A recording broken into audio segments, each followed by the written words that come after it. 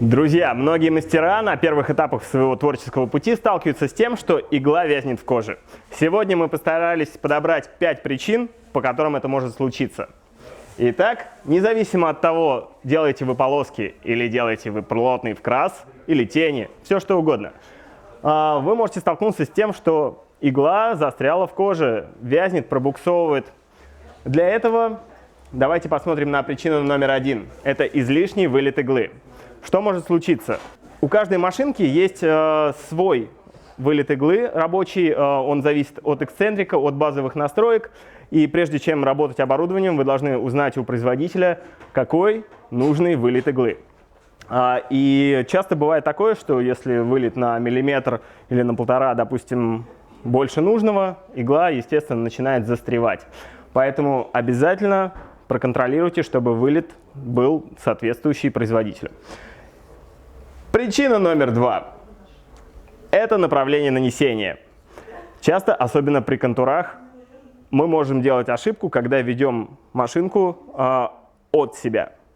Особенно при использовании больших пучков игл мы можем столкнуться с тем, что тачка пробуксовывает, зацепляется.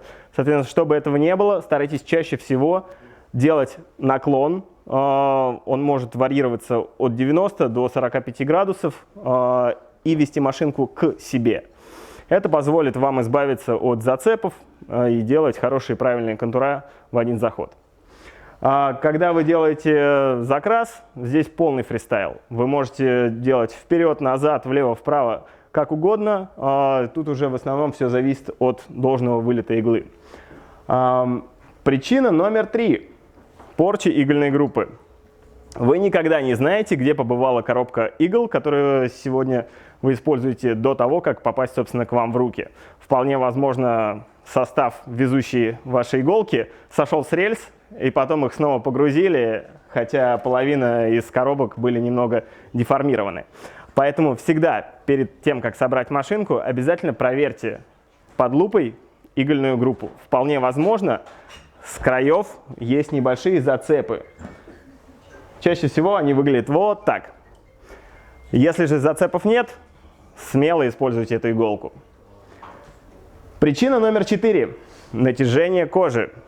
Часто при работе на рыхлых поверхностях, на клиентах с излишним весом, к примеру, или достаточно мягкой кожей, мы можем столкнуться с тем, что тачка вязнет, если мы неадекватно и неравномерно растягиваем кожный покров. Очень важно следить за натяжением. Собственно, если у нас не будет рыхлой поверхности, а будет хорошо натянутая кожа, тачка будет строить контура как нужно и делать плотный вкрас. Причина номер 5. Оборудование или вольтаж. Многие машинки просто не способны колоть, поэтому прежде чем делать татуировки, убедитесь, что у вас в руках не китайская подделка, а качественное профессиональное оборудование.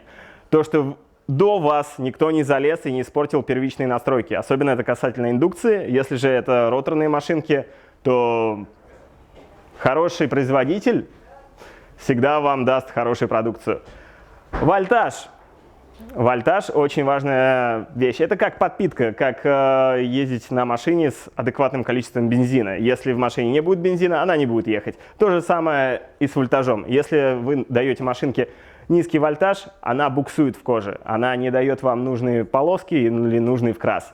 Поэтому проверьте, чтобы ваша машинка была подпитана нужным количеством электричества. Если вы будете выдерживать эти небольшие советы, вы никогда не столкнетесь с тем, что иголка вязнет в коже.